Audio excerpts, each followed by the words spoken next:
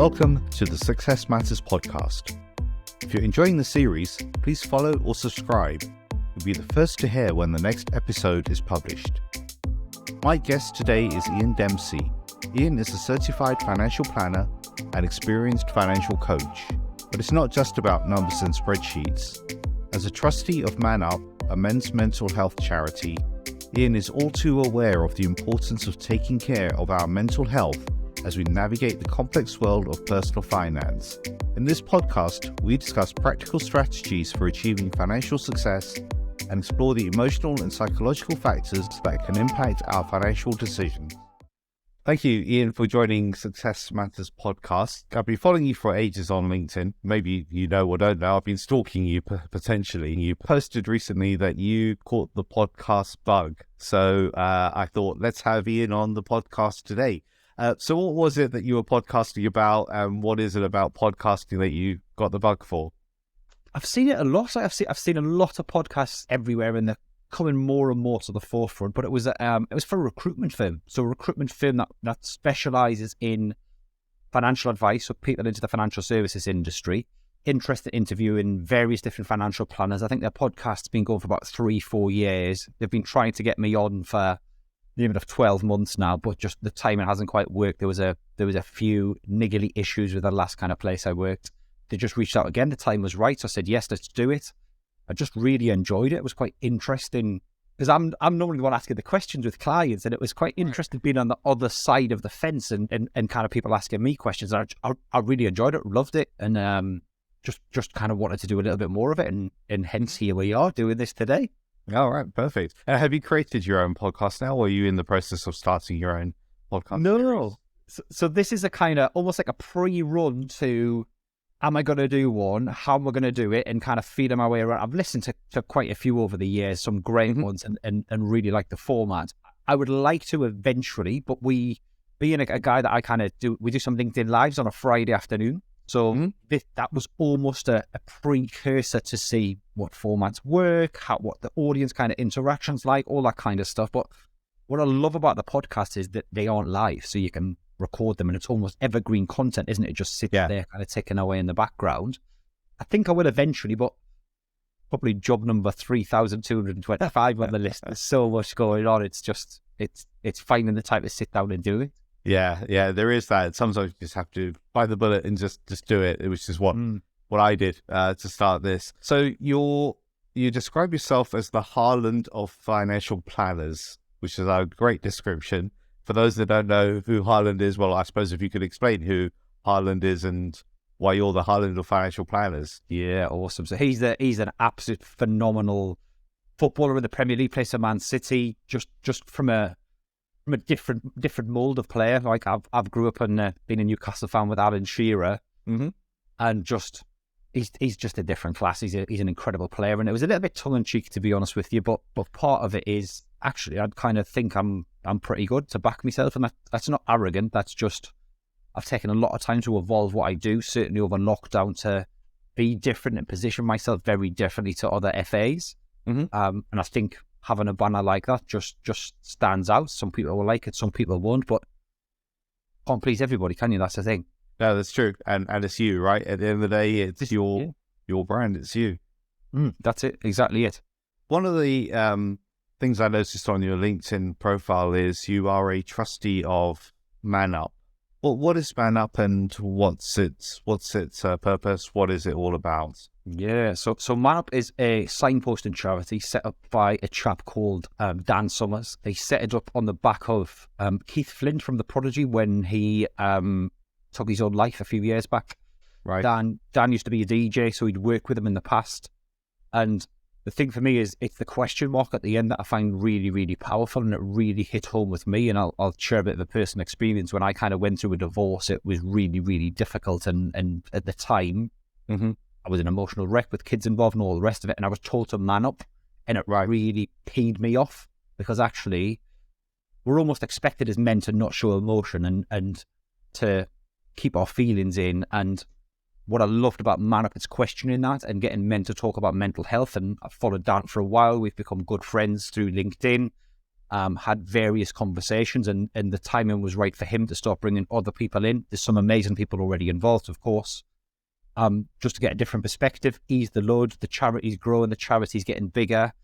I've got a partner who struggled with mental health as well. I've had some challenges over the years, and it just really struck a chord that I could do something to help support Dan, help support the charity, and help support other men that are going through some really challenging times, and where they can turn to for help, and help people realise that they're not alone in this. There are people that you can talk to and offer support and help. Yeah, and as you say, men are often told to man up and therefore don't share their emotions. So what does ManUp actually do? How does it help men who are in that sort of situation? Yeah, of course. So we have we've got a great website that we offer support. We are pretty much in the growth phase of the charity, where it's a lot about awareness. So it's using social media, it's having websites, it's putting events on consistently over the years, going into schools, having conversations with school-age children, teenage years, to talk about mental health and the importance of it. We're trying to get other people involved to talk about. We've got some great people coming up that I'm going to be interviewing, probably similar to this, to talk about their experiences. And like I said, it's more of a signposting charity. Like, we don't give direct support to individuals, but what we will do is signpost people to the organisations that can help, that can give that support, to give maybe the support when somebody's in crisis. We're not qualified mental health first aiders or mental health professionals, but we are all people that help and support within the charity that have had those challenges. So we understand it to a certain degree. We're not professionals to be able to offer that help that quite often people need, but we can certainly point people in the right direction and help them get the help they need. So it's people who've had an experience which they can at least use that experience to help someone by directing them to the right resources, the right people that can assist. Is that correct? Yeah, absolutely. And it's having a conversation with Dan a couple of weeks back. There's a real theme to this, and we haven't done any major fundraising. We're in a really strong position financially from donations from people that have just heard about us through word of mouth or maybe seen us on social media. Sadly, a lot of that tends to come off the back of someone who's taken their own life.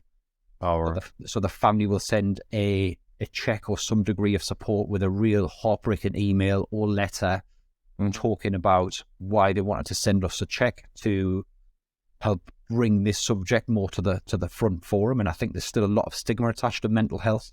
Well, there's a massive amount of it in both spaces, not for men and for women. A lot of those checks come on Monday mornings, which is really sad because someone's taken their life over the weekend, and it's a son, it's a nephew, it's the dad. It's heartbreaking, and some of the emails that Dad's kind of shared with me in conversations are really tough to read. But that's why I'm involved, to try and help and support that. And my kind of view of going into this was, if we can support and help one person not to take their own life and see there's a way out of it, that isn't at the end of a rope or at the bottom of a bottle of pills, then I think my job's done. I think it's just about that help and support and getting people through some really difficult and challenging times, and helping people to see there is a way out of it, even through the darkest of times. I think I remember reading a statistic that said that suicide is the biggest killer of men under 40. Was I right in that? Is my recollection? Yeah, absolutely. I had an interesting conversation with a lady who also works in this arena, probably, I think it was last week, and she said it affects women just as much.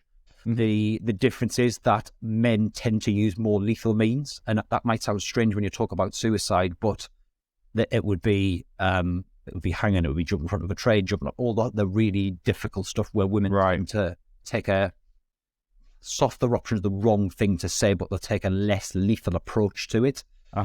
So there is less suicide. So when men attempt it, they are more effective at doing it, I suppose, is the way to say it. And there's a big push on it and a big focus on it. Like, a lot of organisations are really looking at this. I know a coach who works in that space, who goes to talking, especially to construction firms, to big burly guys that are used to being on building sites and operating heavy plants and machinery, and having those conversations. And some of the conversations she has are incredibly powerful because they've never had these conversations before. It's a kind of, whether it's a stiff British upper lip, whether it's the macho persona around somebody who works on a building site, they don't talk about it. They'll go to the pub on a Friday night, sit and have a beer. Everything could seem really great, and the chap, it could go home and it could be a very different story and a very difficult position that they're in. You know, we need to talk about this stuff and and almost normalize having those conversations about thoughts, feelings with your friends and your mates. And part of the challenge I've certainly found is that friends sometimes don't want to hear it. Like, everybody's got their own problems, everybody's got their own life and their own challenges going on. Sometimes when you reach out to individuals to talk to, they don't know what to do. They don't know how to talk to you. They don't understand it. I think there's a big stigma around that. It's a case of, well, why are you depressed? Why do you feel sad? Just pull yourself together. And it's not that easy. That's if it was that easy, do you think everybody would want to be depressed and feel sad? You know, they could just flick a switch and turn it back on, and that's just not the case. The answer is ManUp, right? That's what you get. Absolutely, exactly. That's exactly it. Which is why we're challenging that narrative around ManUp's not the right thing to do. So your main career is in financial planning. How did you come to be a financial planner? Long story. So it was okay. I'll take it right back to when I was a kid. So my dad back in Newcastle was an IFA. My mum was a mortgage advisor. Never ever wanted to get into financial service. It wasn't even on the agenda. I'd always dreamt of being a pilot in the RAF. Okay. Yeah. Wanted to kind of pursue that right up until I was 18, and then just decided it wasn't for me. Got to a point. You went to the cadets and everything as part of that? No, I didn't do the cadets, but I'd applied for a commission scholarship, so they would effectively sponsor me through university. Had a few stages of interviews. There was a final stage kind of schedule, which was an initial 3-day assessment. If you passed that, you then had another 2-day assessment. Mm-hmm. And just something inside me said, this isn't the right career path for me. I still didn't know what that career path was going to be, but just put the brakes on that for a moment. And then got married, settled down, had kids, and fell into a role in financial services, which was just by pure chance. I wanted to get out of the industry that I worked in, which was in call centres and sales. Tried a job for a subprime loan company. Didn't particularly agree with the rates they were charging on kind of loans, but they had planned to launch a mortgage proposition. Okay. So picked a load of people within the business who they could take their qualification. So I was one of them, took the qualification, really started enjoying the technical element to it, the really getting into the nuts and bolts of the house buying process and how it all works. And then they decided after finishing the qualification, they weren't going to launch the proposition. I kind of had a conversation and said, look, if I leave, then what is the comeback for me? Do I need to pay the course back? They said no, so I did. I left. Became a mortgage advisor, really loved it, enjoyed it. I loved the satisfaction you get out of helping a first-time buyer get on the house or helping somebody clear their debts. And got to a point where I just wanted that little bit more. We had financial planners that were in the branch. So it was for the Co-op Building Society, Co-op Financial Services at the time, and just enjoyed what these guys were doing. They were kind of really focused. They didn't have a load of meetings every day. They were almost like held on a pedestal within the branch as these great, almost like branch manager level, you know. And I thought, I fancy a bit of that. And the other thing was they didn't have to wear a uniform, so they wore their own suit. They had a nice car and thought. With young family, I thought, I'm only going to get so far as a mortgage advisor, so let's have a look at that. And then moved into banking, with for Santander, with for HSBC, then some more of the big corporates when I came out of banking, and here I am some 17 years later, and it only feels like I came at the industry yesterday. Wow, yeah. So that's quite a journey. So it kind of, could you say it runs in the blood, given your parents were both in the financial services industry? I mean, it must do to some degree. So I've kind of grown up around that world, but was just dead against it. Had no interest in it at all. Obviously, I'd kind of went and saw my dad in the office. I went and saw my mum at the bank, and kind of grew up around it. So maybe in some ways it did have some influence, but it just wasn't there. Wasn't on the agenda for me. Just didn't fancy it at all. But I mean, frustratingly, the thing for me is by the time I came into the industry and really started to establish myself, my dad was on the way out. He ran his own business, sold out to somebody. I kind of look back at that and think if I'd had the drive that little bit earlier, maybe I could have taken over his business, but it all works out for a reason, and kind of here I am with my own business now, and just hopefully going to build that over the next 10, 15, 20 years and go from there, really. Yeah. As you say, things always work out and things happen for a reason, right? So maybe the time wasn't right for you to take that over at that point in time, but now you're on a different path and setting your zone up. Do you specialize in any particular part of financial services or financial advice, or is there a particular focus that you have? No, and that's really deliberate, because as financial advisors, certainly for some of the other places I've worked, you're almost encouraged to specialize, and maybe you look after high net worth individuals, maybe you look after just pensions or investments. And I just felt that was narrowing the scope a bit too much. And what typically would happen in that environment, you give one set of advice, you'd have to get somebody else in for the other. And from a client perspective, I took a step back and thought, I want to be able to do everything for a client. So that's the investments, that's the pensions, that's the protection, like the life insurance stuff, that's the inheritance tax planning. If they've got a business, how can I add value to what they're trying to do every day with their maybe corporate investments? Maybe they'll need some tax planning with an accountant or a tax advisor. And I think that variety has just kept me fresh and kind of kept me on my toes. And it's forever a learning curve and learning experience, because legislation changes. There are exams we need to take every year to kind of keep ourselves up to date. There are always tweaks to product, services, providers. And I just felt the specialism was not a route I wanted to go down. So there are certain types of clients that I like dealing with, absolutely. But my kind of social media channel is kind of geared towards business owners. But for me, it's more the right kind of client. And by right kind of client, I mean someone that I can see I can add some real value. They really buy into what I'm all about and how I do that, because it's very different to most other financial planners. And if I can see that we can connect and I can feel like I can add some value to them, that's the right type of client for me. And I've got a real broad mix of different kinds of clients, which is, again, what keeps it fresh and what keeps me kind of busy and on my toes. Yeah, variety is the spice of life, right? Absolutely, yeah, of course. Indeed. So a lot of people have difficulty, I suppose is the word, with money, or even looking at their financial kind of setup and really being open and honest with themselves about. So what advice could you give to someone who's listening to this thinking, you know what, I do need to sort something out, but I don't even know where to begin? Wow. It's hard, and especially in the kind of age that we live in now, where there is so much information available. And it could almost feel like information overload, because you can go onto one website, it will tell you one thing slightly different to the other, slightly different to another. You've got social media, you've got YouTube channels, you've got all these other platforms that are almost kind of billing and giving you the impression that if you're not making 1 million, 2 million pound a year and you haven't got 5 houses and a Ferrari, you're a failure. And I think that's part of the challenge. I think if you're looking to try and get these things started for yourself, the first thing is you need to want to make a change. And whether that is big stuff, as in you want to be able to retire with an amazing lifestyle, or whether that is I just need to take the first step. And one of the things I talk to every client about is, yes, we look at the big picture. So we look at your life in 5, 10, 15 or 20 years time. But that's really, really difficult to visualize, and to visualize with some degree of accuracy. The one thing I will say is you can feel overwhelmed by this stuff, and that's perfectly normal, but I'm here, I'm holding your hand, and I can guide you through that process. All we need to do right now is figure out what the next step is. And it's exactly the same for anybody else with their own financial planning. It's what's the next step? What do you want to achieve tomorrow, next week, next month, or whatever that can be? And part of the challenge I have with financial services in general is that we hold all this information together. We're obviously highly qualified. We do a lot of training, all that kind of stuff. But there seems to be almost a lack of willing to share that information. Whereas my view is I will share everything with everybody as much as I possibly can to help you. And if you need my help, I'm there.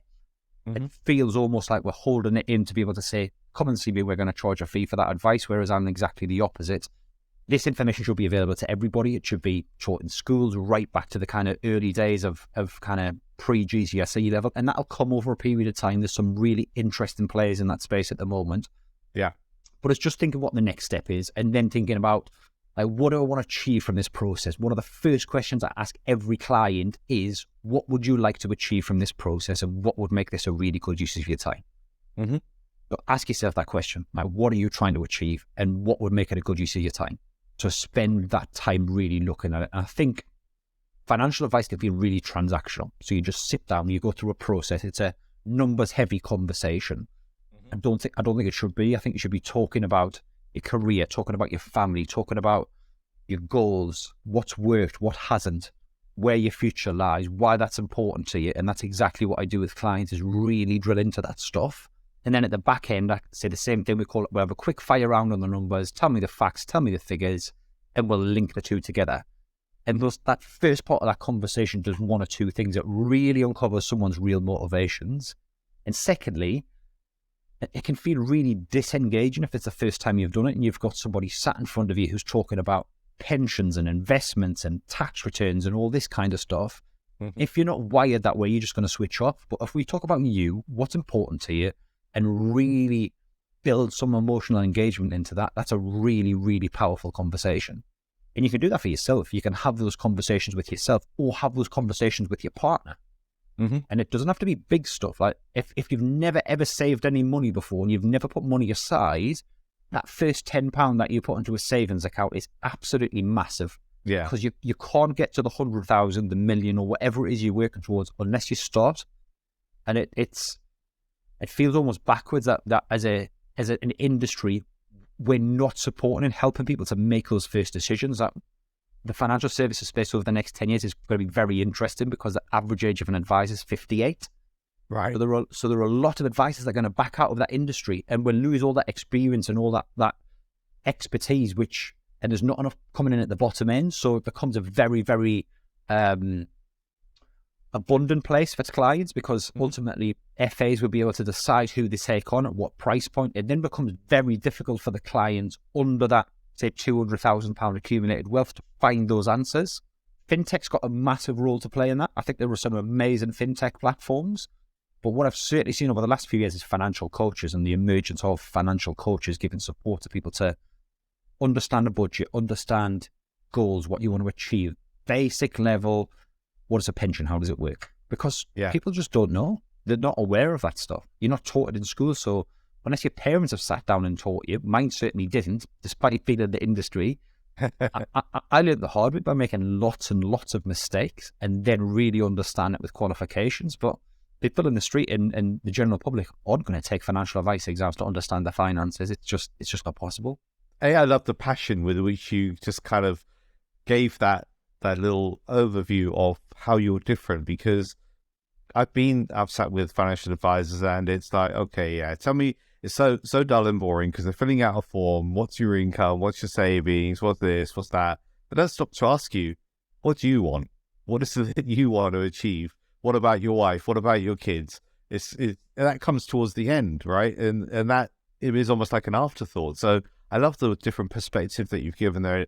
And you mentioned financial coaches, and it's kind of how a coaching conversation works, right? It's kind of what is it that you want to do, and then what is that first step you're going to take towards it? And so I love that. I thought that was really powerful, the way you just explained that.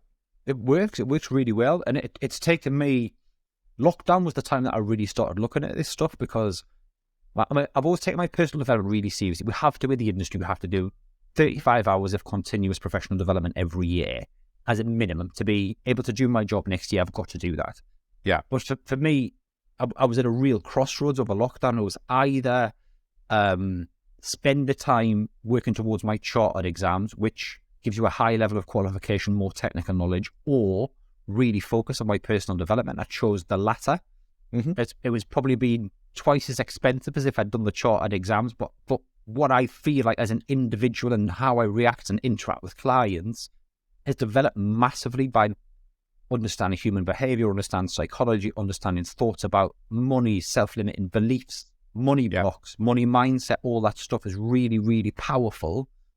But exactly like you said, it can feel really bland and boring if you're just being pitched to, but that's what people are used to. That's probably how 95% of the industry operates. And there are some great advisors in that space. That's not me being derogatory to any of them, but I think the world's changing, and that coaching approach will become more and more common over a period of time because you're understanding people and you're talking to people and you're getting to what the root cause is, what the challenges are. And some of those conversations are incredibly powerful. I've had clients in tears probably 5 or 6 times over the last 6 months. And that's not because it's a difficult conversation, but they've been able to unblock or unlock something that they've had for years and just not got past it. Right. And then all of a sudden the penny drops, and it's not instant all the time. Sometimes it is there on the call and the tears start flowing and it's kind of all this emotional baggage comes out, and it's almost like a coaching or a therapy session, but sometimes it's a few days later or even months later, and then something clicks, and then all of a sudden you understand it. And I'll use an example of a client I've seen recently who's reached out. We've had a conversation. Rather than jump in and kind of say, right, let's do investments and pensions, took a step back, really explored what was important to her, had a really detailed conversation. There were some things that she wanted to get paid off. In the space of 6 months, she's paid all that off. She's bought herself a camper van for her and her daughter. Right. She's got a really amazing strategy. And I had another call with her this week, and she said, you've literally changed my life. She was in tears. I was pretty close to it, to be honest, on the call. Yeah. Because that's incredibly powerful. And I think as planners, we've got a real privilege to be able to understand clients. And if you're not doing that, then what are you doing? Yeah, that's very true. So, as you know, Ian, the title of the podcast is Success Matters. So, what does success mean to you? Well, it changes all the time, to be honest. It's an ever-evolving piece. Like when I was younger, it used to be the typical stuff: nice car, nice house, money in the bank, maybe 2-3 properties, investments. And with the job that I do and the clients that I deal with, it's very different to everybody. And I think certainly the approach I've taken over the last 2 years in the coaching approach, if you like, has really uncovered what success matters to different people. Yeah. And you almost have these assumptions, don't you, about what success is and what that looks like and feels like. But it's very different to other people. And the client that I just mentioned there, success for her is being able to spend more time with her daughter while she's young and she's got that time to be able to do it. And she's doing that. Yeah. But from a financial perspective or numbers perspective, people might look at that and think, well, that's not really that successful. But to her, she's absolutely nailed that success level. And for me, it was always about getting to a point of running a business. I'd always wanted to run a business at some point, and I was kind of pushed into that with redundancy. So I feel for me, I'm already successful in what I do. Okay. Numbers wise, that might not be the case. People might look at that and think, well, you should be earning 3, 4, 5 times that. But with the coaching approach that I'm taking, like I'm uncovering other people's success, and that feels amazing. Like every day I finish a day and think, what a day, that's been incredible. Shattered, obviously, because it's hard work. Yeah. But to me, that feels like I'm making a difference, and it's a real purpose-led business now rather than just a numbers-based business. And to me, that looks like success for me. I don't know. I'm at a real crossroads again of what that looks like and evolves moving forward, because the more I do this, the more I realize, and talking to people like you as well, how powerful this stuff is. And it's, do I take this to an even bigger level, or do I just kind of concentrate on me in an office at the bottom of the garden, pick the kids up from school, drop them off, because at some point they're going to leave and I'm not going to be able to do that. So that to me feels like success as well, to be able to do that and spend the time. And ultimately, if they need me, I can shut the laptop, close it, finish for the day, and I can go and spend some time with the kids. Like, that's invaluable. Yeah. And uncovering, what was it you said? You said something like helping other people kind of uncover their blockage or clear their blockages. That I thought that's really interesting, because that, serving others or helping others is what really gives us, so many of us, motivation, more so than the social media, fast car, fast big house, whatever that gets put up there on social media. So thank you for that. I thought that was really really insightful. You're welcome. It's powerful stuff. Really is powerful stuff. Yeah. And so that actually leads quite well to the question that my last guest asked me to ask you. And that question is, what does a life well lived mean to you? Oh, that's a great question. There's so much stuff kind of jumps into my head straight away, but I think there are times in life when I sit down and I think what a great life I've got, and I'm incredibly fortunate. And it's those little moments that kind of bring it to the forefront. And I'll use a couple of examples. Having all the family together at Christmas and be able to sit down and have a really great time. Those moments are precious. And if you miss them, you're never going to get them back. And I've kind of done the corporate world of working really hard 6 days a week and all that. Obviously, it's hard running your business as well, and I still kind of put that level of effort in, but it's to be able to look at those moments and really have life-defining moments and just sit there in the moment and think it doesn't get better than this. And there was someone on LinkedIn did a post the other week about that, and it was a guy who'd been out for a walk with his dog, taking the dog for a walk along the beach, threw the ball in the sea. The dog came running back. Lovely sunny day. And he just said in that moment, life doesn't get better than this. And it's those little moments to me that make that difference. And hopefully there's a lot more of them to come, and I'm sure there will be. You're always going to have things you can look back on and think, I would have done it differently. I would have changed this, changed that. You can't do anything about it. You cannot change it. You can't do anything about that. But what you need to try and do is get more of those little moments, because the more of those moments you get, the more fulfilled you'll feel in your work, outside of your work, and in life in general. So for me, it's those little snippets of time where it feels like everything just stands still and you're just completely present in the moment. And that to me is a life well lived. Thank you for that. That you literally, I was painting pictures in my own mind about those moments as well. Like you said, the Christmas, having the whole family around, or taking the dog for a walk, and in the case of the guy on LinkedIn, throwing the ball for the dog to go after. And there are so many moments like that, we tend to forget them, don't we? But actually, it's those are so important to us in terms of a life well lived. Do you have a question for my next guest? Probably got loads, but they'll probably be a financially related one. So okay. Let me have it would probably be, what does financially fit mean to you? If you were financially fit, what would that look like? Do you have an answer to that question yourself?